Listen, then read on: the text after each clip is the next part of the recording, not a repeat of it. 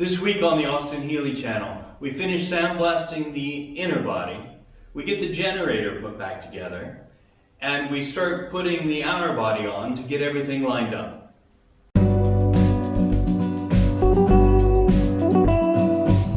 Hi, welcome back to the shop. Technically I was here last week, but not for very long. Certainly not enough to shoot a video, but long enough to finish sandblasting this front half. I've ended up buying one of these pressure pots, and it's really made a huge difference in sandblasting. I didn't think it would be so much, but I've used the analogy of painting with a paintbrush before, using the suction feed gun. This is more like painting with a paint roller. Actually, it kind of feels like a garden hose. But it's made things move along much quicker. I think it's a more effective use of the air resources that I have. Anyway, I've been able to sandblast this whole thing, and so the front's ready. So I'll be moving that back onto the frame this week. I also want to start sandblasting the back half. But with the front in place, I can sort of start tacking it in place, putting the doors on, trying to get things lined up. I also have some other projects planned while I'm waiting for the compressors to cool. So that's the start of the week. I had a wonderful vacation. I brought you along for the very first part of it. I hope you really enjoyed that as much as I did. Seeing the Healey Museum was very inspirational. It really made me want to get back in the shop and start working. But instead, I took a much longer vacation with my family. We drove all over Europe. I got to see the different driving habits of different places. We visited her family in Poland, and I bought weird stuff. Like right within 2K of her parents' house, I was able to buy sheet metal, which I cut down and laid flat in the back of the van. So I brought new sheet metal back. It was just easier to buy there, and like half the price. Also within 2K was a spray paint shop that had the right color for the wheels. So I'll be repainting the wire wheels on the Season 1 car, but that'll be a separate video. But I have enough spray paint to do these wheels as well. Being at the Healey Museum and seeing original wheels with the right color on them showed me that the paint I had was way too gray and needed more silver in it. Even though it was called Silver Grau and the cap looked silver. Anyway. So as you can tell, I'm very excited to be back in the shop. I got a lot of work ahead of me, a bunch of projects to do. So let's get started.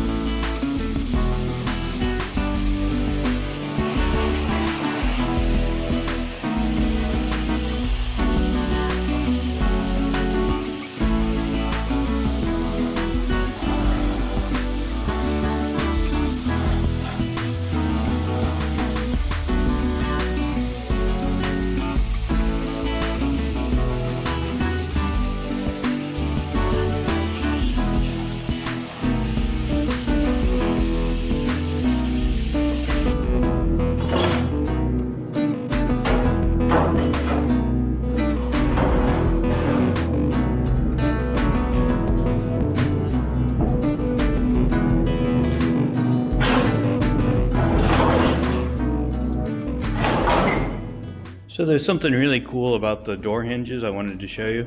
They're different than the later models. The cool thing is this right here. There's a hole in the middle that you can put a pin through, and with that pin it lines up everything, all the screw holes in the center of the holes.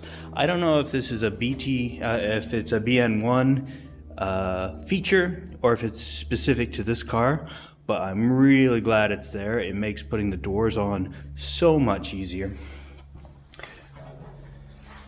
because you can literally take a pen, stick it through there, and then that floating plate back there is lined up, and you just put the screws in.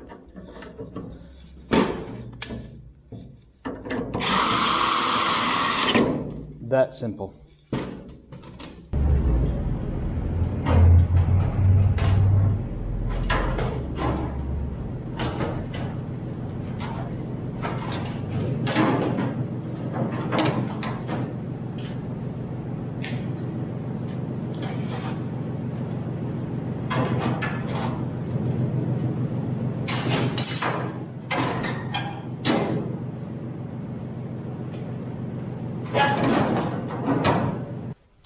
This week on Say What? We're going to talk about what this is called. This is a generator, sometimes called a dynamo, but that's kind of an old-fashioned word. Its job is simple. It spins around and creates electricity. That electricity is sent to the voltage regulator, where it's regulated and sent to the rest of the car. On modern cars, we have what's called an alternator. The alternator combines the job of the dynamo or generator with the voltage regulator and sends it out straight away. So whether you're running a generator, an alternator, or a dynamo, they really have the same job: to recharge the battery.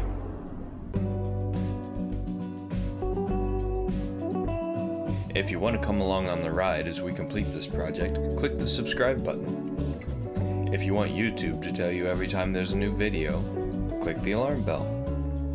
Thanks for watching, and your support is very much appreciated.